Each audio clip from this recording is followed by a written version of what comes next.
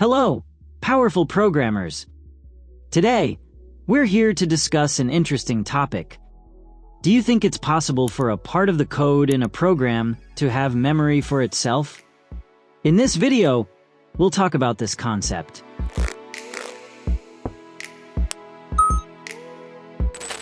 Python has a method called iterator, which comes with special properties.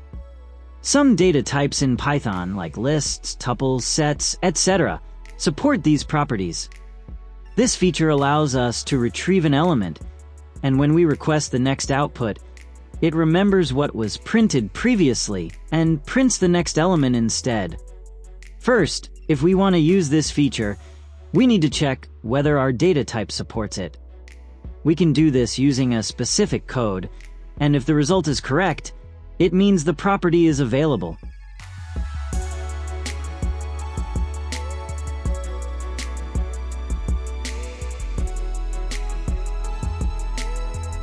We'll define a list and convert it into an iterator using the iter function. Then, we can print its elements one by one. However, there's an issue. When all elements are printed, the program throws an error. We've anticipated this in the code to prevent the program from stopping due to the error.